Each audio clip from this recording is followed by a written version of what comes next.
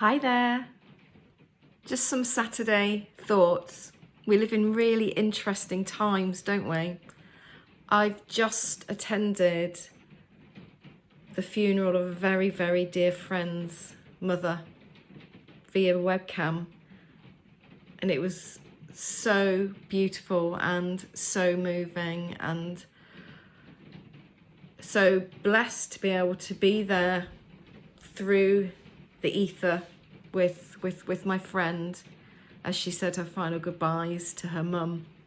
And of course that got me thinking a lot about my own mum's funeral, which will come at some point, and about the words that I would share and the music that would be chosen.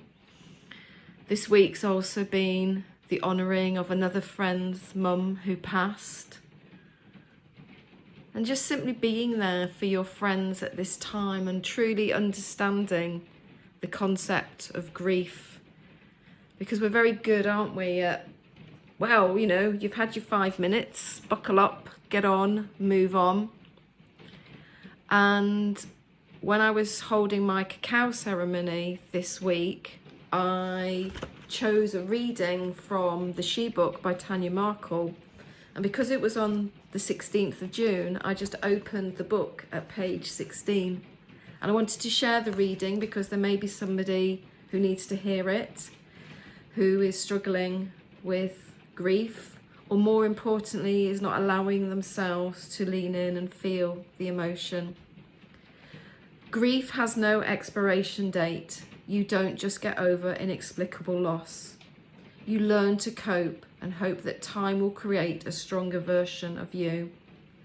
A version that can again and again and again and again go back and console that broken-hearted you. A version that will carefully and lovingly listen to the sounds of your sadness. A version that will feel the depths of what you lost and had. A version that isn't afraid of the unknown or invisible.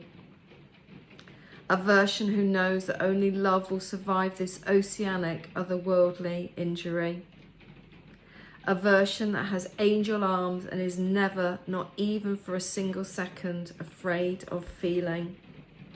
So for anybody that is struggling with grief, suppressing grief, not allowing it, afraid of grief, I send you all the love that I possibly can.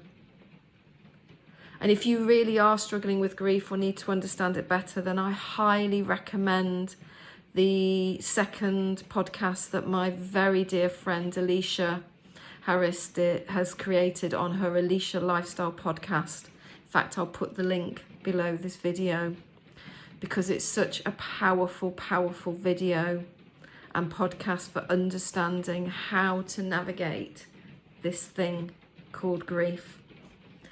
And the Highland cow behind is really, really poignant as well. I've always adored Highland cows, and I've got so many memories of family holidays, travelling around the Highlands of Scotland.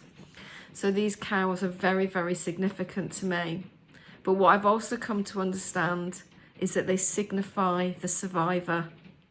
So trust that yes, you will survive, but also honour and acknowledge the grief.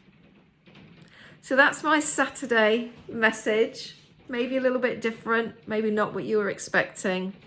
But as life continues to take us on this beautiful journey, it's really important that we lean into all of the emotions and feel all of the feels. Have a beautiful day. The rain it's raining. We could only be living in Britain, couldn't we, with this kind of weather? Much love.